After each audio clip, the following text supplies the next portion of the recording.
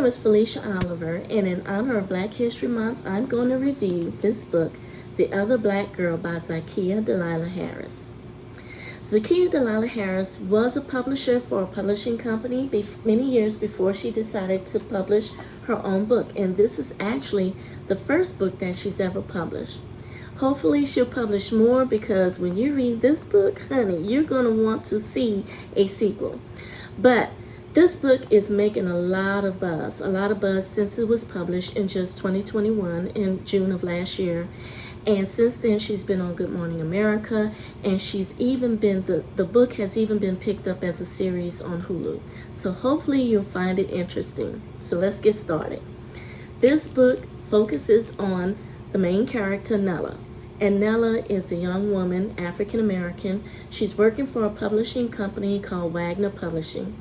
And she is, unfortunately, the only African American woman working at this company right now. And she's doing a pretty good job of getting along with her co-employees.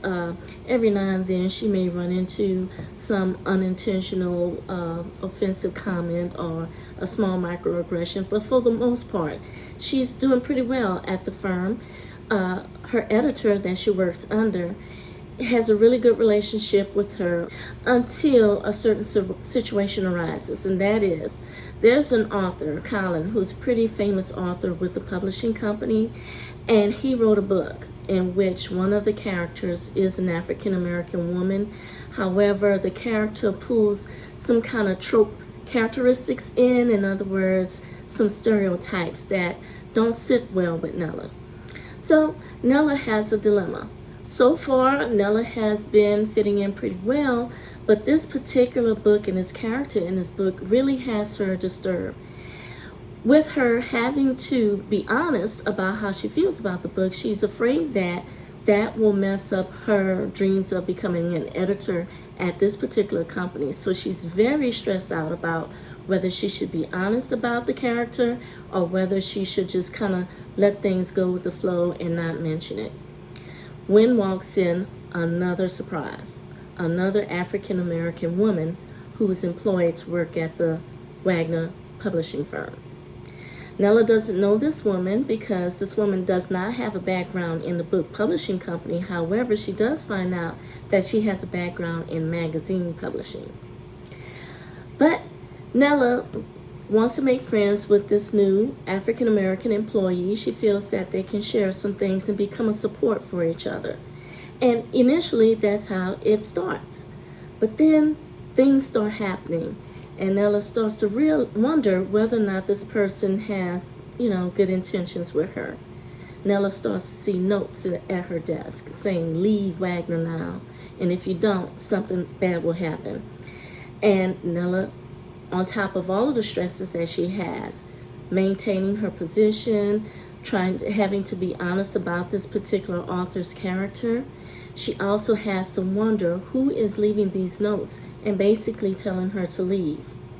But Nella's story is not alone in this particular book. There's two other characters that are involved, and one is an African American publisher who used to work at the publishing company at least 20 years before Nella did.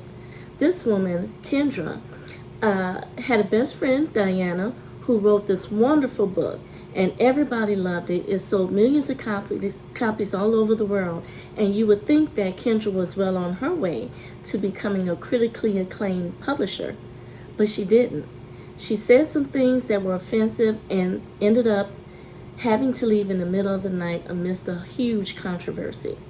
The question is, where did Kendra go?